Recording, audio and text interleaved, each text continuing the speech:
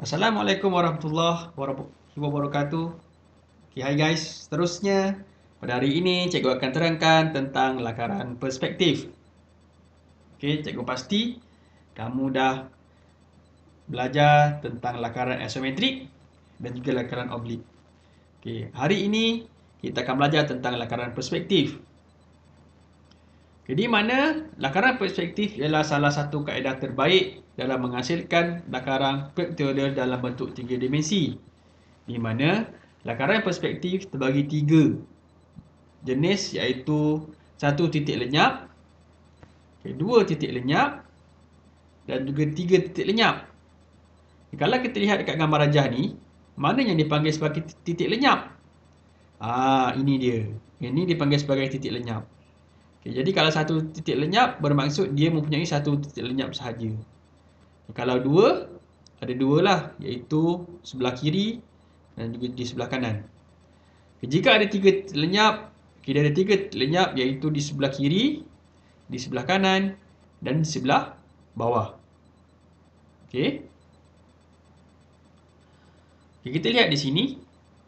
Okay, di mana lakaran perspektif, dia ada 3 garisan yang penting, iaitu yang pertama yang dipanggil sebagai GB, iaitu garisan bumi.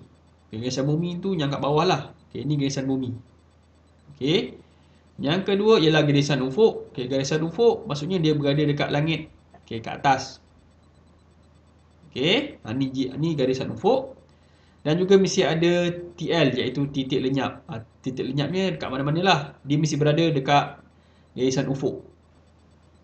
Kalau kita lihat gambar di sini, titik lenyapnya di sini, garisan buminya kat bawah dan garisan ufuknya di atas.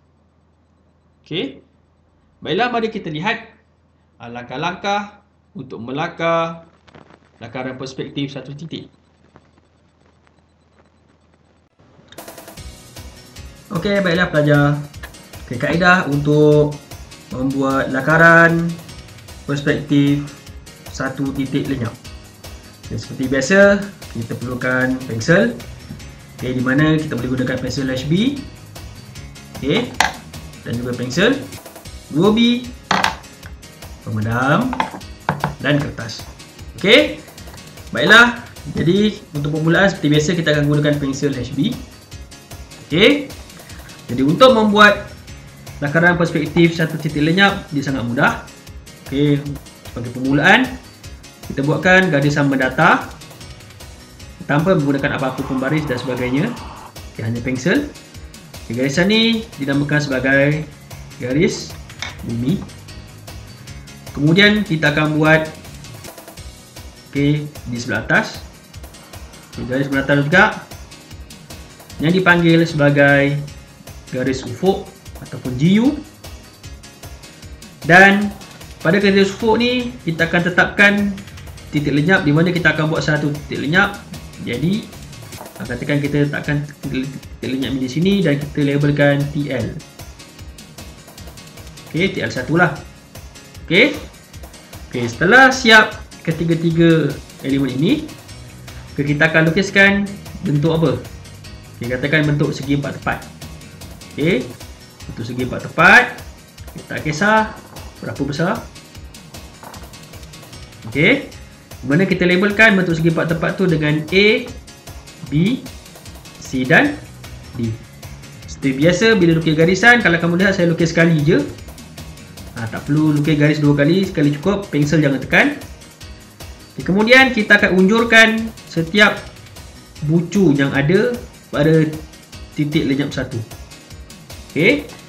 Nak unjurkan ni kena tengoklah. Kertas boleh pusing ikut kesesuaian. Unjurkan. B dah. Kemudian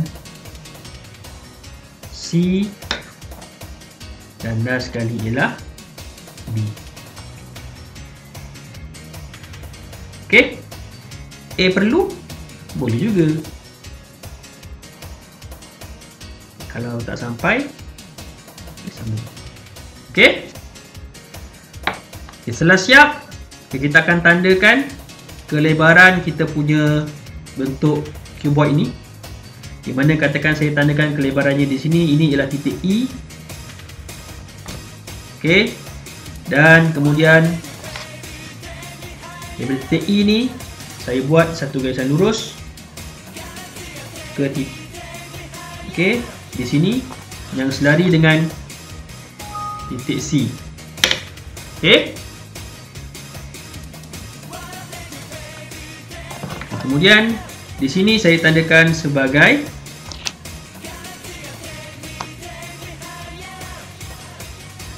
F. Okey. So F, kemudian daripada F saya turunkan ke bawah. Okey, kalau tak lurus kita boleh luruskan semula. Okey. Ini saya panggil sebagai G. Alright. Mana yang tak jelas kita boleh padamlah. Yang salah tu kita boleh padam. Okey. Kemudian di bahagian dalam keyboard ini boleh nak buat tak? Boleh juga. Daripada E ni kita lukis garis satu lurus ke bawah bersilang dengan garis A ni.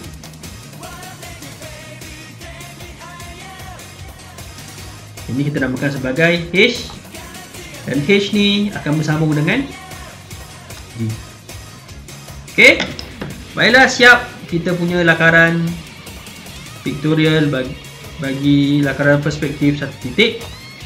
Kemudian di mana akhir kita legapkan atau terangkan dengan menggunakan pensel 2B.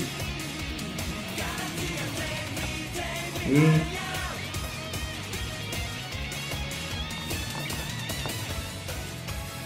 Okey, legapkan dengan kemas.